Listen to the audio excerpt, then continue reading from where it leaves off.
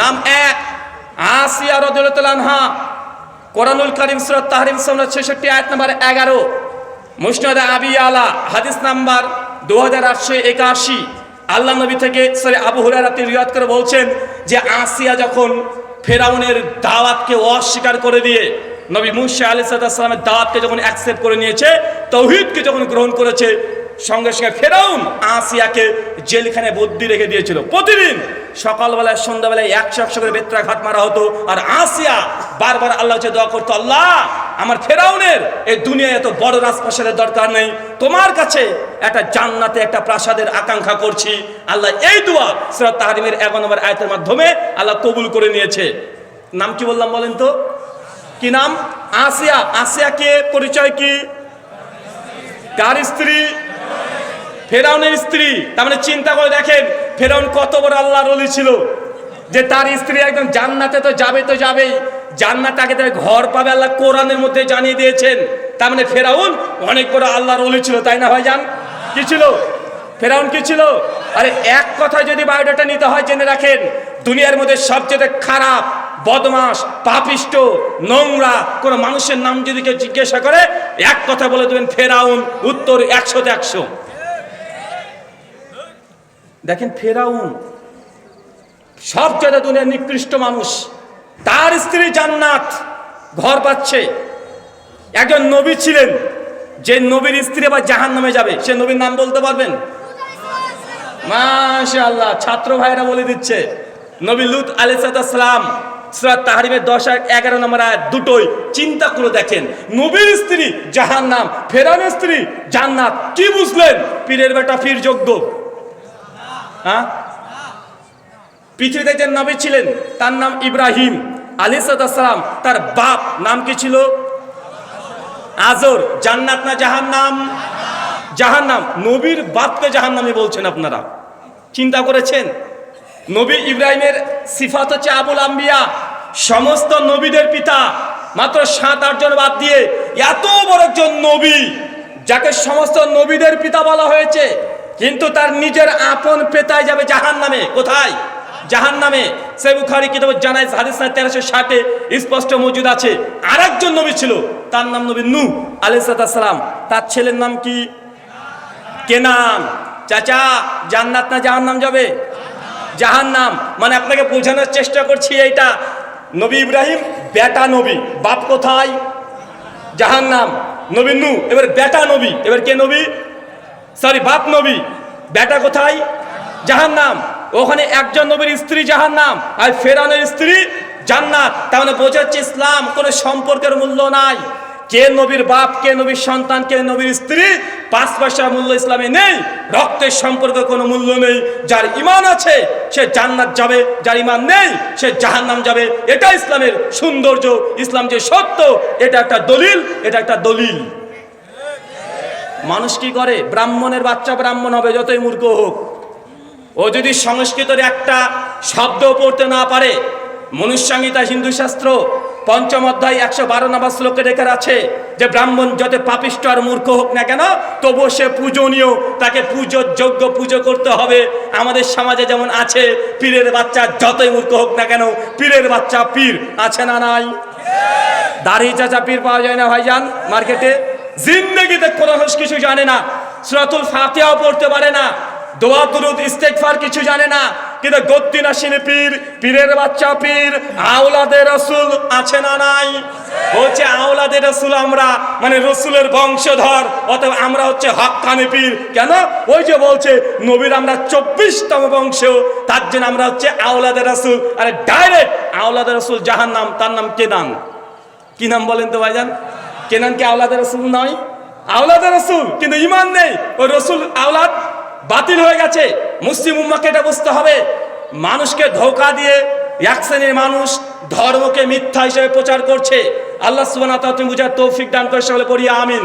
2, আরেকজন নারী জান্নাতে যাবে, ঘরও পাবে, তার নাম খাদিজাতুল কুবরা। ইনি কে বলেন তো ভাইজান? কে? নবী আলাইহিস সালামের স্ত্রী, প্রথম স্ত্রী। সবচেয়ে দুঃখ কষ্ট যে সময় নবীর পাশে কেউ নেই, 2 জন, আবু তালেব আর খাদিজাতুল কুবরা, 2 জন সবচেয়ে বেশি শেল্টার দিয়েছে। সবচেয়ে বিপদের মুহূর্তে তারাই ছিল। সহিহ বুখারী 3820 নম্বর হাদিস। আল্লাহ রাসূল ঘরে বসে আছেন, হঠাৎই ফেরেশতা জিবরিল চলে এসেছেন। আম্মা জান খাদিজা রাদিয়াল্লাহু আনহা হাতে একটা পাত্র নিয়ে কিছু নিয়ে আসছেন। জিবরিল বলছেন, ইয়া রাসূলুল্লাহ, ওই দেখেন আসছে, আপনার স্ত্রী খাদিজা আসছে। তাকে বলেন আল্লাহ সুবহানাহু ওয়া তাআলা খাদিজা তোমাকে সালাম পাঠিয়েছে। কি পাঠিয়েছে বলেন তো? কে পাঠিয়েছে? আল্লাহ সুবহানাহু ওয়া তাআলা। কাকে? আমার খাদিজাকে সালাম পাঠিয়েছে। জিবরিল বলছেন, নবী তাকে জানিয়ে দেন আল্লাহ সুবহানাহু ওয়া তাআলা তার জন্য জান্নাতে এমন একটা ঘর তৈরি করে রেখেছে যার ভেতর থেকে বাইরে দেখা যায় আর বাইরে থেকে ভেতর দেখা যায়, এত সুন্দর চকচকে ঘর আল্লাহ তৈরি করে রেখেছে খাদিজার জন্য। তার মানে এই হাদিস প্রমাণ করছে দুনিয়াতে দুজন নারী ছিল যাকে আগে থেকে জান্নাতে ঘর পাবে। এই সুসংবাদ কোরআন হাদিসের মধ্যে বিদ্যমান আছে। এই হাদিস দুটো যারা ফেমিনিজম নারীবাদী আন্দোলন করছে, যারা বলছে ইসলাম নারীকে কোনো অধিকার দেয় নাই, বস্তাবন্দি করে বাড়িতে রাখতে চায়, তাদের দুই গালে দুটো থাপ্পড় মেরে দিয়েছে। 1400 বছর আগে নারীর মূল্য তো দূরের কথা, নবী এসে বলছে নারী জান্নাতে ঘর পাবে। 3000 বছর আগে যে সময়তে ফেরাউন ছোট ছোট সন্তানকে হত্যা করেছে, আল্লাহ নবী 1500 বছর পরে এসে বলছে আসিয়া জান্নাতে ঘর পাবে। ইসলামকে বলছে যে এরা নাকি নারীকে অধিকার দেয় না, নারীকে নাকি তারা অধিকার দিয়েছে। রাস্তায় নামে দিয়ে উলঙ্গ সিনেমা রেকর্ড করে ঘন্টার পর ঘন্টা মানুষকে দেখিয়ে কোটি কোটি মার্কিন ডলার তারা ইনকাম করে নিয়ে বলছে নারীকে তারা স্বাধীনতা দিয়েছে, নারীকে নাকি অধিকার দিয়েছে, আর ইসলাম নারীকে অধিকার দেয়নি। এই দুটো হাদিস, দুই গালে দুটো থাপ্পড়। আরেকজন ব্যক্তি ওমর ইবনুল খাত্তাব। কে বলেন তো ভাইজান? ওমর ইবনুল খাত্তাব। সহিহ বুখারী 3242 নম্বর হাদিস। আল্লাহ নবী বলছেন আমি যখন জান্নাত দেখে আসছিলাম, দেখে সুন্দর একটা ঘর, ঘরের সামনে একটা মেয়ে অজু করছে পানি দিয়ে। ঘরটা দেখে এত সুন্দর লাগলো, দৃষ্টিনন্দন ঘর, বারবার মন চাচ্ছিল যে ঘরের মধ্যে প্রবেশ করি। কিন্তু পরবর্তী সময় যখন বুঝতে পারলাম এটা ওমরের ঘর, আল্লাহ নবী বলছেন তখন ওমরের সম্মানের জন্য আমি ওই ঘরে আর প্রবেশ করলাম না, বেরিয়ে চলে আসলাম। ওমর রাদিয়াল্লাহু আনহু এই কথা শুনে আল্লাহ নবীর সামনে হাউ মাউ করে বাচ্চা শিশুর মতো কাঁদাকাটি শুরু করে দিয়েছে। কয়জন ব্যক্তির নাম বললাম? কয়জন? 3 জন। সবাই বলেন তো এবার কে কে? মাশাআল্লাহ, মনে থাকবে এবার, এটা ইনশাআল্লাহ মনে থাকবে না ভাইজান? কেন বলেন তো? ওই যে আপনার ব্রেনের উপরে প্রেশার ক্রিয়েট করেছি প্রথমেই, 2-3 মিনিট সময়কে আমি ব্যয় করেছি আপনার জন্য। এখন ইনশাআল্লাহ যত জিনিস শুনেছেন ইনশাআল্লাহ মৃত্যু পর্যন্ত মনে থাকবে। প্রথম আসিয়া, 2 খাদিজা, 3 ওমর জান্নাত আগে থেকে ঘর পাবে, এটা আগে থেকে দেখিয়ে দেওয়া হয়েছে।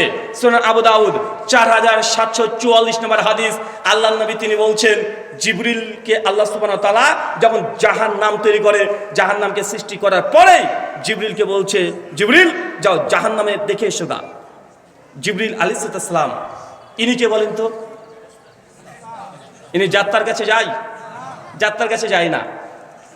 যার কাছে যায় নবী রাসূল সালেহীন, তাদের কাছে যায়। কিন্তু একজন ফেরেশতা আছে সবার কাছে যাবে, সাক্ষাৎ করতে আসবে। কে বলেন তো? মালাকুল মউত সবার কাছে আসবে। জিবরিল আলাইহিস সালামকে আল্লাহ বলছেন যাও জাহান্নামকে তৈরি করেছি, জাহান্নামকে দেখে এসো।